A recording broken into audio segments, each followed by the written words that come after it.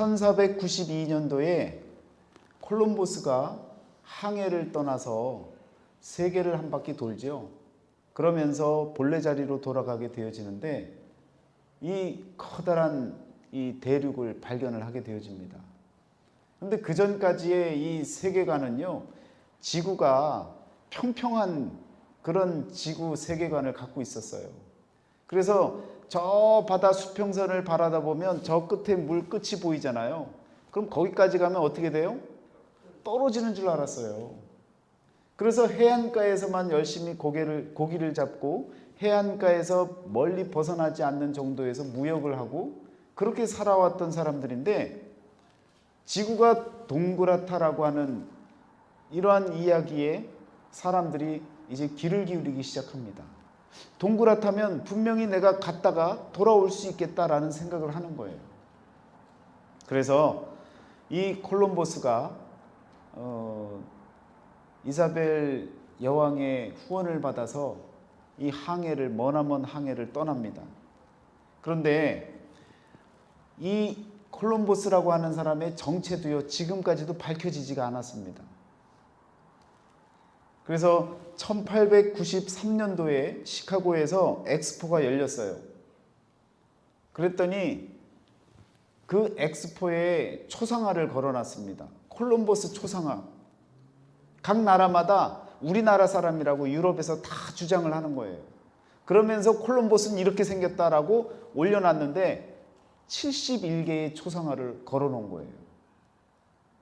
그런데 서양학자들이, 서양 역사학자들이 이런저런 문헌을 찾고 발견하고 여러 가지 연구 끝에 이제는 이탈리아 사람이라고 하는 것, 제네바 사람이라고 하는 그 사실을 이제 밝혀냈습니다. 이제는 당당하게 그렇게 이제 이야기를 할 수 있게 되어졌습니다. 그런 정체가 불분명했던 이 콜럼버스가 항해를 떠나게 되는데요, 참 우습지도 않습니다. 어떤 게 우습지도 않느냐? 선원이잖아요. 선원이었어요. 많이 배운 사람이 아니었습니다. 그런데 이 사람이요, 공부를 아주 열심히 한 사람이에요. 그래서 그 당대에 아주 귀중한 책들을 많이 갖고 있었습니다. 귀중한 책을 많이 갖고 있는데 그 책 한 권의 값이 어느 정도냐면 지금 돈으로 200만 원. 더 비싼 건 어떻게 했어요? 더 비싸겠죠. 그런데 이 콜럼버스가 그 중요한 책들을 사다가 공부를 하는 거예요. 그래서 지금 이 서양 역사학자들이 콜럼버스가 갖고 있었던 책을 보니까 거기에다가요, 막 책에다가 낙서를 하고 뭐 메모를 해놓고 막 해놨는데, 주석을 달아놨는데 그 주석의 내용이 어이가 없는 것들이 많은 거예요. 이 콜럼버스가 갖고 있었던 그 시대에 이 사람들이 갖고 있었던 세계관 속에 지도가요, 동그랗습니다. 세계 지도가 동그랗고요, 그 안에 T자가 쓰여져 있고요, T자 위에가 아시아였습니다. 그리고 왼쪽 편은 유럽이었어요. 그리고 오른쪽 편은 아프리카였습니다. 그리고 노아의 세 아들이 있었잖아요. 그 이름을 붙여서 셈족은 아시아, 유럽은 야벳, 그리고 아프리카는 함, 이렇게 세 명의 이름을 붙여놓고 그 중앙에는요, T자 이 중앙에는 영원한 성 예루살렘을 그려놓습니다. 그리고 또 다른 지도에서는 예수님의 몸을 만들어 놓고 그것이 세계의 모습이다라고 믿고 있었어요. 그리고 그것을 사실로 받아들이고 살았단 말이에요. 우리가 지금 알고 있는 이 세계 지도하고는 전혀 다른 지도를 갖고 있었던 시대였습니다. 그러니까 지구가 둥글다라는 사실 외에는 맞는 게 하나도 없는 거예요. 그런데 그걸 또 열심히 공부를 한 거예요. 공부를 열심히 콜럼버스가 하면서 나는 분명히 항해를 잘 마칠 거야 라는 이 믿음을 갖고 출발을 하는 겁니다. 그래서 열심히 항해를 하다가 남미 대륙을 발견을 하게 되어지는데, 거기 그 산에 봉이 세 개가 이렇게 나타나는 걸 보고 이건 트리니티라라고 세계의 봉이다라고 여기고 그것을 뭐라고 얘기하냐면 이곳이 바로 에덴 동산이다라고 거기다가 표시를 해놓고요. 자기 책에다가도 표시를 해놓고 그리고 또 항해를 떠났습니다. 그럼 우습잖아요. 우습지도 않죠. 가다가 여기가 에덴 동산이요 라고 점을 찍어놓고 그리고는 또 항해를 하는 거예요. 이런 우스꽝스러운 항해가 어디 있습니까? 그런데 사람들이 그 사실을 잘 몰랐어요. 왜 그러느냐? 19세기에 미국의 유명한 소설가, 수필가였던 워싱턴 어빙이라는 사람이요, 아주 그냥 신화적으로 콜럼버스를 글로요 화려하게 장식을 해나갔고, 콜럼버스가 대단한 사람, 아주 훌륭한 사람, 그 당시에 뭐 보통 사람이 아닌 그런 사람으로 만들어 놓은 거예요. 그래서 우리 머릿속에 있는 콜럼버스는요, 정말 선원 중에 최고의 선원, 항해자 중에 최고의 항해자로 알고 있는데 그렇지 않다는 거예요. 이 엉터리 박사가 믿음이 있었습니다. 하나님에 대한 믿음이 있었어요. 그 믿음을 갖고 출발을 해서 돌아왔는데 자기가 알고 있었던 모든 사실이 다 엉터리였는데 이루어낸 거예요. 사람들은요, 무언가를 확실히 알아야 출발하려고 하고 시도하려고 하고 애써서 무언가를 시작을 하려고 합니다. 그런데 그 당대에 근대를 열었던, 근대 시대의 문을 열었던 이 콜럼버스는요, 알고 있는 지식이 그렇게 해박하지 않았어요. 정확한 지식도 아니었어요. 하나님에 대해서도 잘못 알고 있었던 것이 너무 많았어요. 그런데 하나님을 믿는 그 믿음을 갖고요, 출발한 거예요. 시도한 거예요. 여러분 앞에 서 있는 이 목사나 또 여러분이나 할 것 없이 하나님에 대해서 얼마나 알겠습니까? 알면 얼마나 알겠어요? 그렇다고 우리가 신앙생활 못하겠습니까? 해야 되는 거잖아요. 믿음을 갖고 나아가는 거잖아요. 우리가 부족하고 우리가 연약하고 우리가 다 할 수는 없지만 우리가 믿는 하나님을 향해서 달려가는 것 아닙니까?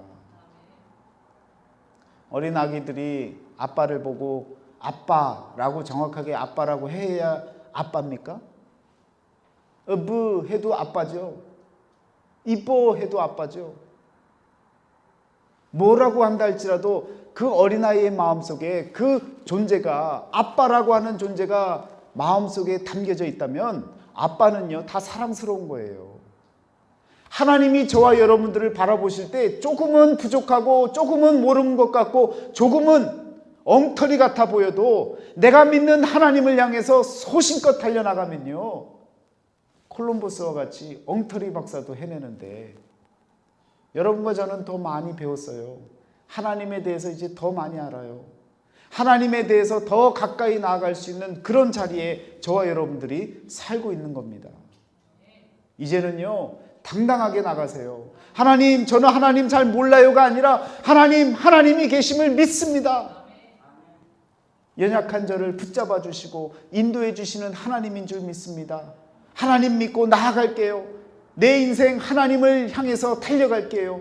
그런 마음을 갖고 힘껏 달려나가 보시기를 축원합니다. 여러분, 세상을 주관하시는 하나님을 믿는 저와 여러분들이 믿음을 갖고 내 갈 길을 주님과 함께 간다는 믿음으로 달려나가면요, 하나님이요, 파도도 막아주시고 거센 풍랑도 막아주시고 피하게 해주시는 그런 역사가 우리들에게 일어나는 줄 믿습니다. 여러분, 그런 마음을 갖고 힘껏 살아보시기를 바라요. 믿음은요, 그럴 때 쓰는 거예요. 다 알고 다 되어지는 게 눈에 보여지는데 그걸 믿음이라고 이야기하지 않습니다. 안 되는 것 같은데 하나님이 나를 그래도 기억해 주시고 나와 함께 하신다는 그 믿음을 갖고 나아갈 때는요, 내 착각이라 할지라도 하나님은요, 사랑스러운 거예요. 하나님, 당신을 믿고 있는 하나님의 자녀들이 너무너무 사랑스러운 거예요. 바보짓을 해도 하나님은요, 다 품어주시는 거예요. 여러분, 이것저것 따지지 마세요. 그저 믿음을 갖고 하나님께 나아가는 삶이 되시면 조금 엉터리다 할지라도 하나님께서 그 길을 강건케 하여 주시고 믿음으로 성취시키는 놀라운 역사가 저와 여러분들에게 열려질 줄 믿습니다. 그런 믿음을 갖고 살아나갔던 콜럼버스와 같이 에스더 시대 때는요, 에스더가 그런 정신을 갖고 믿음을 갖고 또 살아나갔던 사람이었습니다. 생각해 보세요. 에스더는요, 환경적으로 너무너무 힘든 환경의 사람이었습니다. 식민지 치하에서 살고 있는 사람이었고요.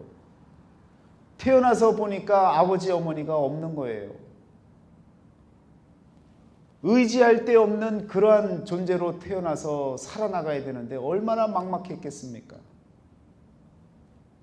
그러나 모르드게 사촌 오빠의 말을 듣고 그 오빠 의지하고 그 오빠가 믿는 그 오빠가 알려주는 그 하나님을 바라보고 세상 바라보고 산 것이 아니라 하나님 바라보고 살았던 그 에스더. 남들이 바라볼 땐 불쌍한 소녀이고 불쌍한 처녀였는데 그러나 그 마음속에는요, 전능하신 하나님이 함께 하셨기에 세상 바라보지 아니하는 눈, 하나님 바라보는, 위를 바라보는 눈을 갖고 당당하게 살아갔다라는 것입니다. 지난주에 말씀드렸죠. 모르드게가 하만과 일이 생겨서 절을 하지 않아서 생겼던 일이 아니라 사실은 유대민족 전체에게 하나님께서 기회를 주시고 다시 한번 돌이킬 수 있는 그런 기회의 시간을 주신 시간이라는 말씀을 드렸습니다. 왜 그걸 알 수 있느냐? 에스더가 모르드게에게 부탁하잖아요. 모든 유다 민족에게 다 같이 3일 동안 금식하고 기도하자고 했을 때에 다 같이 그렇게 하잖아요.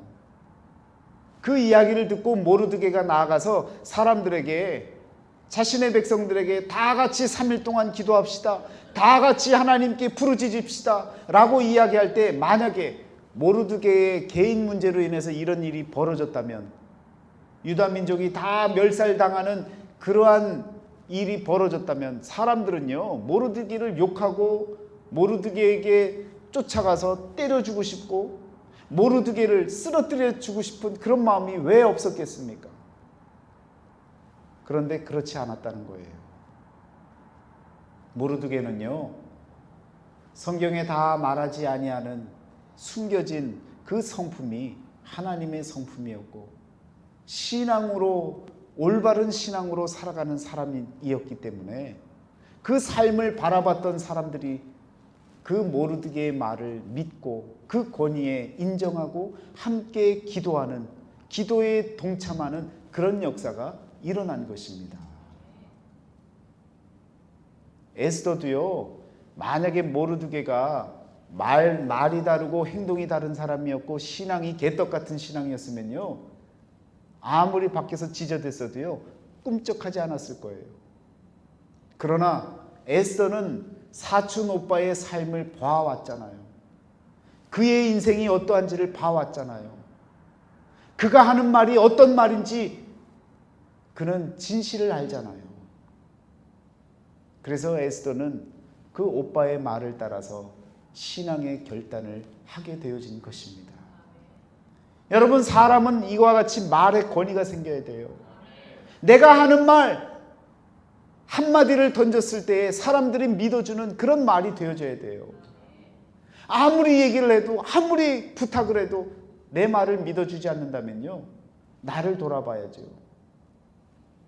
지금까지 내가 했던 말과 행동이 어긋났고 달랐고 같지 않았을 때는요, 말의 권위가 서지 않는 거예요. 아무리 어려도요, 어린아이가 말을 해도요, 그 아이가 말과 행동이 일치되잖아요. 함부로 이놈 저놈 말 못합니다. 아, 그러니? 존경할 수밖에 없는 거예요.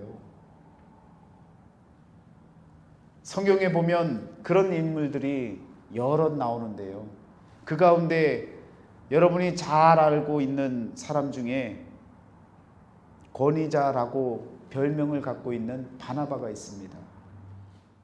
구브로에서 난 레위족 사람이 있으니 이름은 요셉이라 사도들이 일컬어 바나바라 번역하면 위로의 아들이라 하니 그가 밭이 있음에 팔아 그 값을 가지고 사도들의 발 앞에 두니라. 여러분, 믿음이 있다라고 이야기한 정도가 아니라 그는요 말과 행동이 일치했던 사람이에요. 분명히 이 말씀 뒤에 숨겨진 이야기들은 뭡니까? 바나바가 믿음이 좋았다고 이야기를 했을 테고 믿음으로 산다고 고백했을 테고 아멘 아멘 하면서 살았을 거예요. 그런데 그가 어렵고 힘들었던 초대교회 당시에 사도들 앞에, 아무것도 믿을 것이 없는 사도들 앞에 자신의 밭을 팔아다가 그 발 앞에다가 둔 거예요. 사도들 마음이 어떻겠습니까?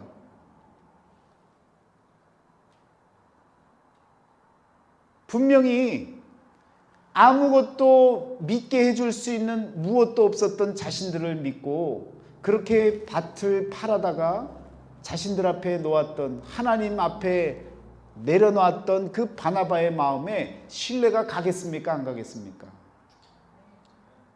물질을 내놨기 때문에 신뢰가 가는 게 아니라 바나바의 마음과 그의 행동과 삶이 일치했기 때문에 그는요 위로의 아들이 되어지고 또 다른 말로는 권위자가 되어집니다. 그의 말에 힘이 생긴 거예요. 그의 말에 힘이 생겼는데 여러분, 그의 말에 힘이 작용할 때가 오는데 그게 언제냐면 바울이요 계속해서 하나님의 사람들을 어떻게 했습니까? 핍박하고 돌아다녔잖아요. 제자들의 눈에, 사도들의 눈에 바울은요 그 이전에 사울이었죠. 사울은요 그리스도를 핍박하는 자였습니다. 믿을 수 없는 자예요. 그런데 그가 갑작스럽게 어디서 어떤 일이 생겼는지 모르겠지만 갑자기 예루살렘에 나타난 거예요. 그리고 사도들 앞에 나와서 내가 하나님을 믿고 그리스도를 믿는 사람이다라고 고백을 하니까 믿어요, 못 믿어요? 못 믿는 거예요. 그렇게 사람을 죽이러 쫓아다녔던 사람인데 사도들과 제자들은 어떤 마음을 가졌겠어요? 저 인간이 분명히 우리 속으로 들어와서 우리를 또 고발하고 우리를 핍박하려고 아주 세련된 방법으로 우리를 찾아온 것이다 라고 생각을 하고 멀리 했단 말이에요. 사도행전 9장 26절 사울이 예루살렘에 가서 제자들을 사귀고자 하나 다 두려워하여 그가 제자됨을 믿지 아니하니, 믿지 못하는 거예요. 무슨 일이 어떻게 있었는지 모르지만 갑자기 나타난 이 사울이요 두렵고 무서운 거예요. 바나바가 데리고 사도들에게 가서 그가 길에서 어떻게 주를 보았는지와 주께서 그에게 말씀하신 일과 다메섹에서 그가 어떻게 예수의 이름으로 담대히 말하였는지를 전하니라. 누가 전해준 거예요? 바나바가 사울의 과거의 개인적인 일들, 신앙의 체험의 일들을 사도들 앞에 나아가서요 대변해 주는 거예요. 그러니까 사도들이 다른 사람들의 말은 못 믿겠는데 누구의 말은 믿어요? 바나바의 말은 믿을 수가 있는 거예요. 그래서 못 믿는 사람도 울며 겨자 먹기로 받아주는 거예요. 다른 사람이 말한 것이 아니라 바나바가 말했기 때문에 받아줄 수 있었던 거예요. 그래서 여러분, 사울이 바울로 바뀌면서 이방 선교를 할 수 있는 그 길이 바로 이 바나바 때문에 열린 것입니다. 이 바나바가 어떤 사람이냐? 11장에 보시면요 바나바를 이야기하는 말씀이 나오는데요 11장 24절에 나옵니다. 바나바는 착한 사람이요 성령과 믿음이 충만한 사람이라 이에 큰 무리가 주께 더하여 지더라. 이런 사람이었다고요. 성령이 충만한 사람이었고요 또한 믿음이 충만한 사람이었다고요. 그리고 많은 사람들에게 말과 행동이 언제나 똑같기 때문에 말의 권위가 섰던 사람이었습니다. 이런 바나바가 큰 일을 해낸 거예요. 바울이 되게 만들어준 역사를 바로 이 바나바를 통해서 이루어낸 것입니다. 에스더도 마찬가지입니다. 에스더가요, 죽으면 죽으리라라고 하는 이 신앙적인 결단을 내리게 만들어줬던, 지난 과거의 모든 시간에 큰 영향을 끼쳤던 사람이 누굽니까? 이 사촌오빠 모르드게예요. 에스더서를 바라보면서 에스더만 볼 것이 아니라 에스더의 신앙을 만들어내고 에스더를 에스더답게 신앙인답게 결단하게 만들어냈던 그 사촌오빠 모르드게의 신앙을 저와 여러분들이 알아야 되는 거예요. 한 사람이 일평생을 살면서요, 한 명이 다른 사람들에게 영향을 끼치는 것을 조사를 했습니다. 그랬더니 한 명당 2만 5천 명의, 평균적으로요 2만 5천 명의 사람들에게 영향을 끼친대요. 그냥 여러분 알게 모르게 살고 있지만 2만 5천 명에게 여러분들이 가만히 숨만 쉬고 살아도요, 그만큼의 인원에게 여러분의 삶이 노출이 되어져 있고 그 사람들에게 영향을 끼친다는 거예요. 잘 생각해 보면 여러분과 저는요, 충분히 선교사 역할을 하고 살 수 있는 겁니다. 내 말과 내 행동이 일치가 되어지잖아요. 내 삶을 바라보는 사람들에게 내가 주는 영향을 통해서 그 사람 또 믿음을 갖게 되어지고 그 사람 또 신앙생활을 할 수 있게 만들어진다면 나는 하나님의 선교사의 삶을 사는 것입니다. 여러분들의 그 말과 행동을 통해서 전 세계 사람들이 지켜보고 있는 거예요. 그 사람들이 이민 왔다가 다시 돌아가거나 아니면 여행 왔다가 여러분을 만나고 좋은 영향을 받고 다시금 고국으로 돌아가면 우리가 모르는 하나님의 역사들이 일어나는 거예요. 내가 만났던 어느 한인이 있는데 그 한국 사람의 그 삶을 보니까 너무너무 하나님을 사랑하는 마음과 하나님을 사랑하는 그 열정이 너무너무 대단해서 내가 감동을 받고 은혜를 받고 돌아왔어. 나도 그렇게 살고 싶어. 그래서 어느 나라에서든지 여러분과 저를 만났던 어떤 누가 되어줬든 그 사람이 여러분과 저에게 영향을 받고요, 하나님을 드높일 수 있는 영광된 삶을 살아나가는 그러한 믿음의 사람이 되어줄 수 있다는 것입니다. 모르드게와 같이 바나바와 같이 말의 권위가 서는 자들이 되어줘서 큰 영향력을 끼칠 수 있는 그러한 저와 여러분이 되어주셔야 될 줄 믿습니다. 에스더는요, 그런 도움의 사람이 있었고요, 그러면서 올바른 신앙으로 성장하면서 자신의 환경을 탓하지 않았습니다. 환경에 지배당하지도 않았어요. 환경을 이겨나가는 그런 삶을 살았던 사람입니다.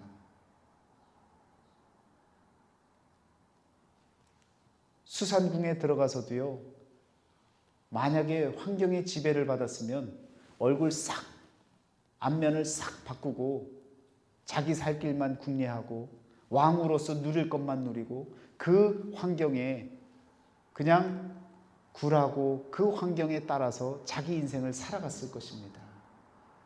그런데 그는 환경에 지배당하지 않는 사람이었어요.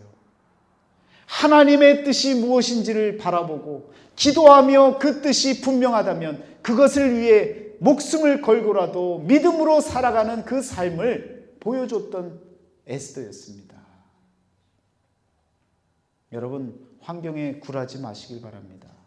어떤 환경이 내게 닥쳐진다 할지라도 위를 바라보고 하나님을 바라보고 하나님께 나아갈 수 있는 그런 믿음의 사람이 다 되어주시기를 축원합니다. 여러분, 환경 얘기하면요, 두 사람을 꼭 기억하셔야 돼요. 어떤 사람이 있느냐? 첫째, 요셉입니다. 요셉이 어디에 빠졌었어요? 웅덩이에 빠졌었죠. 그냥 혼자 빠졌나요? 형제들이 밀어 쳐 넣어버렸죠. 아주 나쁜 형제들이었죠. 그런데 이 요셉은요, 형제들을 원망하지 않았어요. 나중에 만났을 때 뭐라 그럽니까? 당신들이 나를 이렇게 한 것이 아니니까 두려워하지 말고 걱정하지 말라고. 하나님께서 나를 먼저 이곳에 보내시고 이와 같이 여러분들을 만나려고, 여러분들을 구원하려고 하나님이 나를 먼저 보내신 것이지 당신들의 잘못이 아니라고 그렇게 이야기를 해주잖아요. 그래도 얼마나 벌벌 떱니까? 두렵고 떨리니까. 잘못한 게 있으니까. 요셉은 그런 마음 갖지 않았습니다. 그 웅덩이에 빠졌는데 그 웅덩이가 어디에 있던 웅덩이예요? 그 지역이 어디였어요? 도단이었습니다. 도단. 도단이라고 하는 말은요, 웅덩이인데요. 요셉이 빠져서 웅덩이에 빠져보니까, 깊은 웅덩이에 빠져보니까 옆에 사방을 둘러봐도 보이는 게 있어요, 없어요? 어디만 바라봐야 되는 거예요? 하늘만 바라봐야 되는 거예요. 우리의 환경이 도단의 환경일 때가 많다고요. 사방을 둘러봐도 그냥 콱콱 막혀져서 숨 쉴 수 없을 만큼 너무너무 답답하고 내 인생이 풀리지 않는 그럴 때가 많다고요. 그럴 때 여러분 아무리 벽치고 울고 뭐 난리 법석을 떤다고 문제가 풀려집니까? 하늘을 바라보시기 바랍니다. 하나님을 바라보시고 내가 믿는 하나님을 향해서 기도하시고 하나님께 목 놓아 부르짖고 간구할 때에 하나님께서 그 웅덩이에서 우리를 끌어내 주시는 거예요. 여러분 그런 믿음을 갖고 다른 웅덩이에 많이 빠졌었어도 요셉은요 굴하지 않았어요. 감옥에 들어갔을 때도요 굴하지 않았습니다. 그런 믿음을 갖고 나아갔을 때에 결국은 하나님께서 때가 되어졌을 때에 그의 나이 30세가 되어졌을 때에 공직이 오를 수 있는 조건이 되어졌을 때 그를 꿈을 꾸게 하시고 그를 회몽하게 하시고 그리고 그 자리에 총리의 자리에 오르게 만드셔서 유다 백성들을 다 구원할 수 있는 그러한 예수님의 예표의 모습을 보여주게 되어지는 거예요. 우리의 신앙이 그래야 되는 겁니다. 또 한 명이 있다면 누굽니까? 엘리사예요. 똑같이 어디에 머물다가 일을 당합니까? 도단 지역, 도단 성읍에 거하다가 아람 왕이 어떻게 해요? 자꾸 작전을 세워도 엘리사가 자꾸 방해한다는 그 사실을 알고 나서는 그 도단 성읍을 다 둘러서 이곳에 엘리사와 그 종 사환 게하시가 있다는 말을 듣고 성읍을 둘렀단 말이에요. 그랬더니 그 종 게하시는 뭐라 그럽니까? 아 주인이여 어찌하여야 하오리까? 라마라고 하잖아요. 어찌하여야 합니까? 이 인생을 어떻게 해야 됩니까? 그런데 엘리사는 뭐라고 합니까? 엘리사는 그에게 두려워하지 말라. 우리와 함께한 자가 그들과 함께한 자보다 많으니라. 게하시가 믿을 수 없는 얘기잖아요. 그랬더니 엘리사가 하나님께 기도를 드립니다. 하나님, 저 인간의 눈을 뜨게 하여 주옵소서. 저 인간의 눈을 열어 주옵소서. 그랬더니 기도했더니 이 게하시가 눈이 열려진 거예요. 보니까 뭐가 보여요? 불병거와 불마들이 보이는 거예요. 둘러싸여져 있는 그 아람 군대 그 군인들보다 더 많은 불병거와 불마가 그렇게 둘러싸여져 있는 것을 보고 어떻게 되는 거예요? 이제는 살았구나 했겠죠.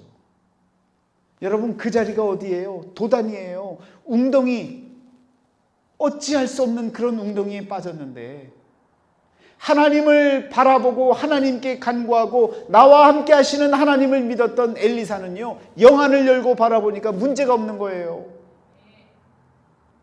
그러나 내 환경만 바라보고 내 눈으로 보여지는 것만 갖고 판단하는 자에게는요 두렵고 떨리고 살 수 없어서 어쩔 수 없는 라마라고 하는 이 표현을 하고 있는 그 현실이 부끄러운 현실이 되어지는 겁니다. 우리 예수님도 라마라는 표현을 쓰셨잖아요.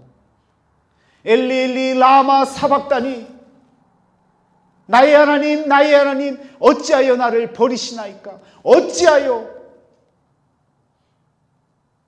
그러나 우리 예수님이 우리에게 보여주신 게 뭐예요? 아버지여, 나의 원대로 마옵시고 아버지의 뜻대로 하옵소서. 라마의 상태, 어찌할 수 없는 상태, 도단의 상태, 웅덩이에 빠져버린 상태. 내 인생이 그럴 때가 있지만 그러나 내 판단, 내 생각, 내 뜻이 아니라 하나님 뜻에 맡긴다고 고백할 때에 하나님께서 십자가에서도 그 죽음의 자리에서도 다시 사는 역사를 일으켜 주신 것입니다. 여러분, 오늘 우리가 그런 믿음 갖고 사는 거예요. 여러분, 그래서 두려워할 대상이 없는 거예요. 이 세상에 두려운 사람 있습니까? 무서운 사람 있어요? 생각만 해도 막 끔찍한 사람 있습니까? 그러지 마세요. 이 세상 그 누구보다도 우리 하나님께서 가장 존귀하시고 위대하시고 전능하시고 강하신 분이시기 때문에 그분만 바라보고 나아가는 저와 여러분은요, 든든한 거예요. 여러분, 하나님이 함께 하시는 마음을 갖고 산다면요, 얼마나 대단한 삶을 살겠습니까? 여러분, 세상 백 찾으려고 애써서 이 사람 저 사람 만날 이유 없어요. 가장 좋은 백은요, 우리 하나님이십니다. 하나님이 함께하여 주시면요, 어떤 도단의 상태에서도 오늘 우리들을요 책임져 주시고 함께 해주시는 하나님인 줄 믿습니다. 여러분, 그런 마음으로 살았던 사람이 바로 이 에스더입니다. 자신의 환경에 굴하지 아니하고 아무것도 할 수 없는 그런 상황 가운데서도 하나님의 말씀 순종하고 자신의 멘토와 같은 그런 사촌 오빠 모르드게의 말을 들어가며 믿음을 키웠던 그가 정말 이 시대, 그 시대에 당대의 유다 민족을 위해서 쓰임을 받을 수 있는 그런 왕후가 될지 누가 알았느냐고요. 여러분과 저도 그러한 믿음을 갖고 하나님 앞에 나아갈 때에 우리도 모르는 사이에 이 시대에 쓰임을 받을 수 있는 믿음의 사람이 되어지는 줄 믿습니다. 여러분, 이렇게 환경을 극복했던 이 에스더, 그리고 그가 결단을 내렸던 이 신앙적인 판단, 결단, 이 성경적인 판단을 우선적으로 여기고 살았던 이 에스더. 우리는 모든 일에 내 생각과 내 판단이 우선이잖아요.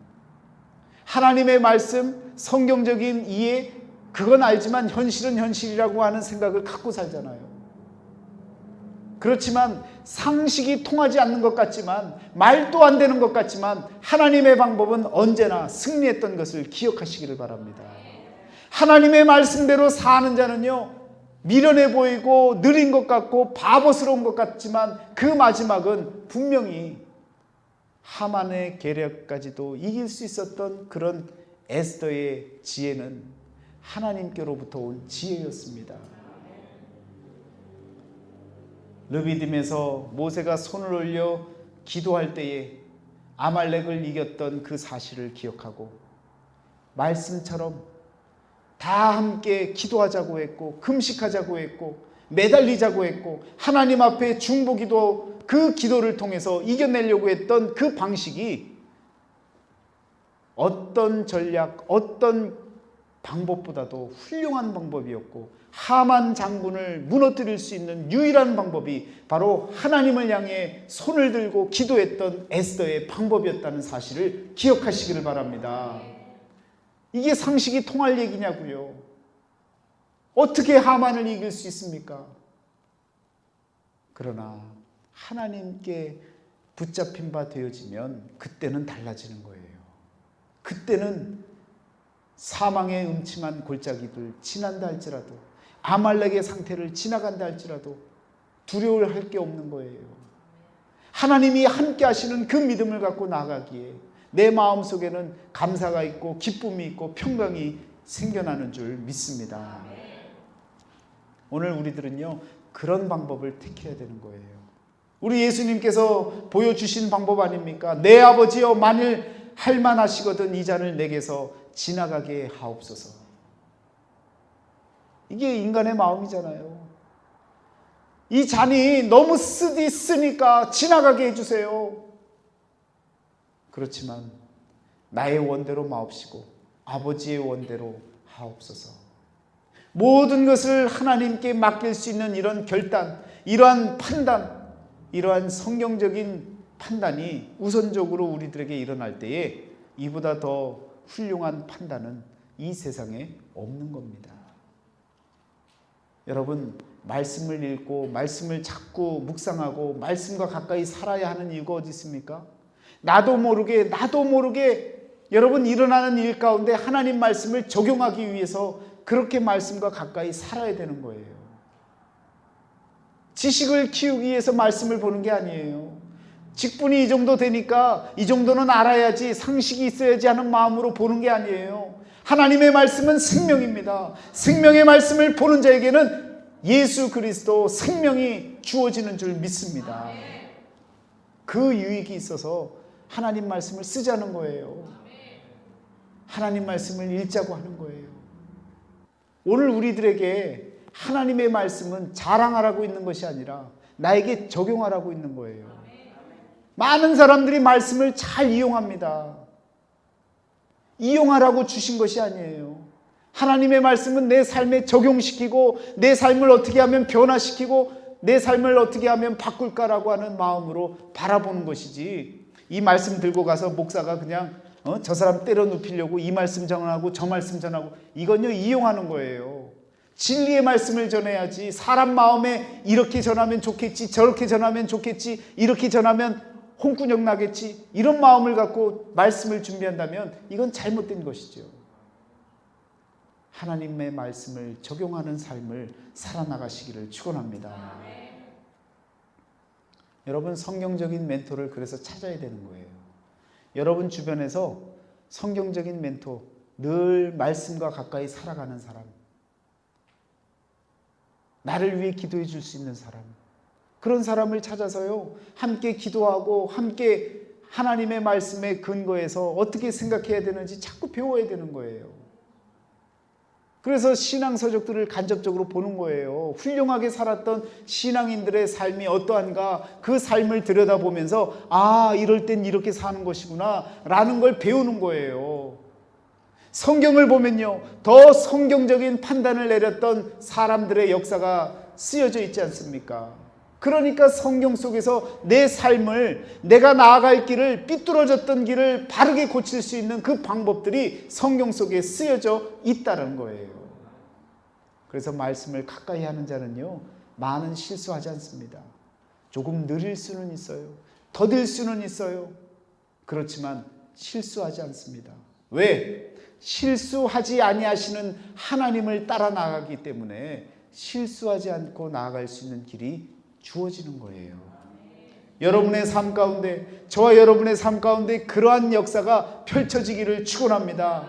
하나님의 역사가 오늘 우리들에게 실수 없이 일어나는 놀라운 은혜가 매일매일 일어나기를 축원합니다. 여러분, 세상에 얼마나 요즘에 많은 말씀들이 넘쳐나고 있습니까? 그냥 뭐 TV를 켜도 그렇고 라디오를 켜도 그렇고 지역 방송을 켜도 그렇고 뭐 인터넷을 봐도 그렇고 얼마나 많은 목사님들이 막 그냥 말씀을 쏟아내고 있습니까? 말씀의 홍수 시대예요. 잘못했다가는요 말씀 너무 많이 들어가고 정신이 나가겠어요. 그런데 분별할 수 있는 영이 있어야 돼요, 여러분. 아무 말씀이나 막 들어서는 안 되는 거예요. 하나님의 말씀에 근거해서 하나님의 말씀에 따라서 올바르게 선포되어지는지, 그리고 그 선포되어지는 말씀, 그 말씀에 따라서 사는 열매를 맺는 삶인지를 확인하셔야 된다는 거예요.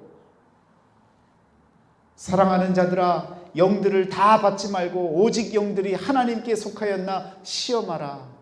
많은 거짓 선지자가 세상에 나왔음이니라. 여러분 마음에 혹하는 이야기를 한다고 귀 기울였다가 잘못 빠져들면요 인생을 그르칠 때가 많습니다. 혹하고 빠지는 내 욕심에 맞는 말씀이 찾아왔을 때 그것에 따라서 그냥 그렇게 쫓아가면 안 된다는 거예요.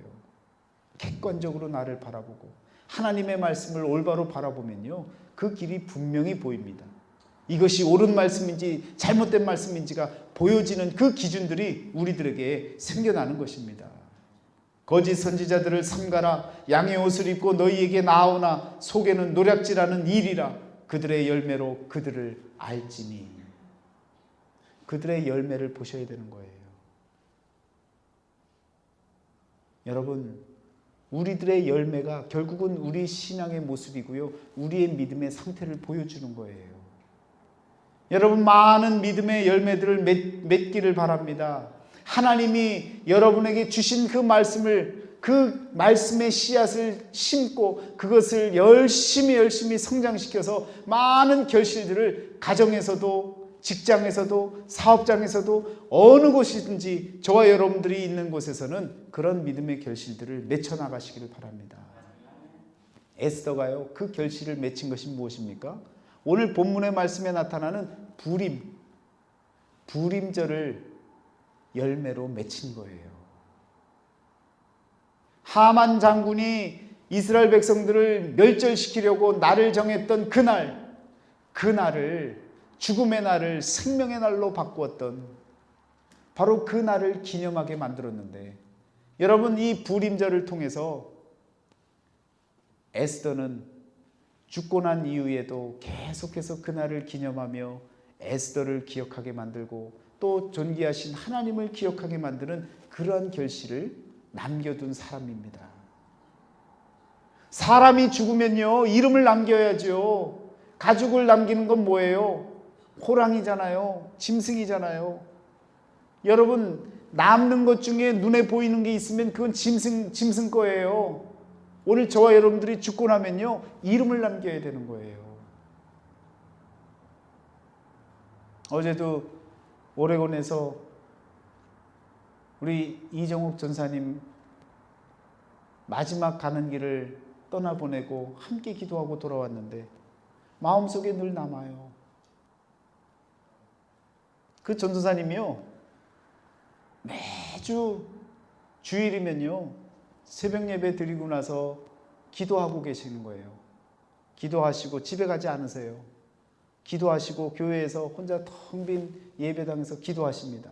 그리고는 주보가 이제, 저희 주보도 제가 갖고 와서 올려놓잖아요. 그럼 제가 이제 갖다가 올려놓잖아요. 그럼 그 주보를 앞에 놓고 기도하세요. 성도들을 위해서 기도하는 거예요. 그렇게 기도를 하시고, 그리고 종이를 어떻게 접어요? 한 장 한 장 정말 그냥 곱게 접어요. 아무도 그 사실을 몰라요. 왜? 아무도 없을 때 그분이 혼자서 하시니까.